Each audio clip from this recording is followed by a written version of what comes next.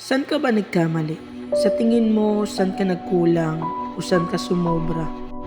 Yung pain na naranasan mo, ano yung ituturo sa'yo nun?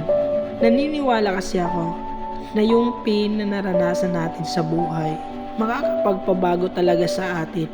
It will change us, pero sa anong version? Magbabago ka ba sa version na ikalulungkot mo, ikasisira mo, o sa version na bubuo at gagamot sa'yo? Kasi minsan kapag naramdaman natin yung pain, lalo nating dinidiin yung sarili natin doon sa lungkot. Tayo pa mismo yung nagpapalala ng kalungkutan sa sarili natin.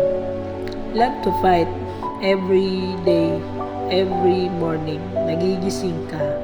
Kailangan sabihin mo sa sarili mo na sa araw na to, kahit sandali, kahit saglit, kahit dahan-dahan, kahit mabagal, pipiliin ko yung paggaling ko.